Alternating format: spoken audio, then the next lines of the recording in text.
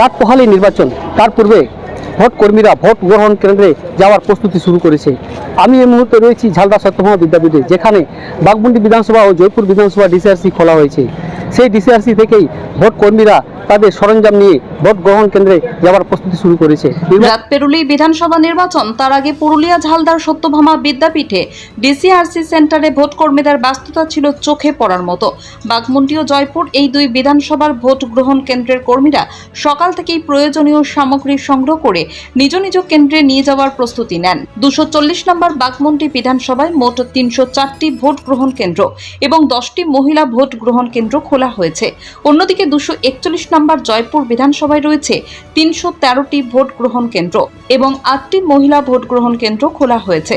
Jhalda high স্কুলে 46 নম্বর বুথের presiding officer Soma Kundu ও মহিলা ভোটকর্মী ময়না কুণ্ডু জানান, নির্বাচন কমিশনের দেওয়া দায়িত্ব সঠিকভাবে পালন করতে তারা প্রস্তুত এবং ভোট পরিচালনা নিয়ে যথেষ্ট উৎসাহ রয়েছে।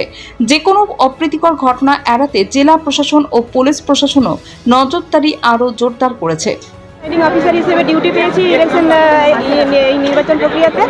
আমাদের এখন ডিউটি পড়েছে ঝালদা হাই স্কুলে, আর আমরা খুব এক্সাইটেড। এটা আমাদের একটা লাইফের একটা এক্সপিরিয়েন্স হিসেবে রয়ে গেল।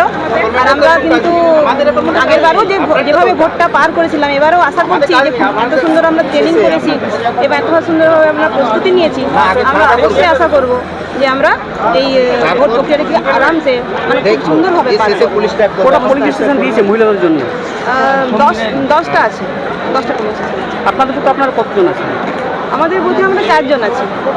আমাদের বুথ হচ্ছে 46 ঝালদা হাই স্কুল 3 নম্বর রুম।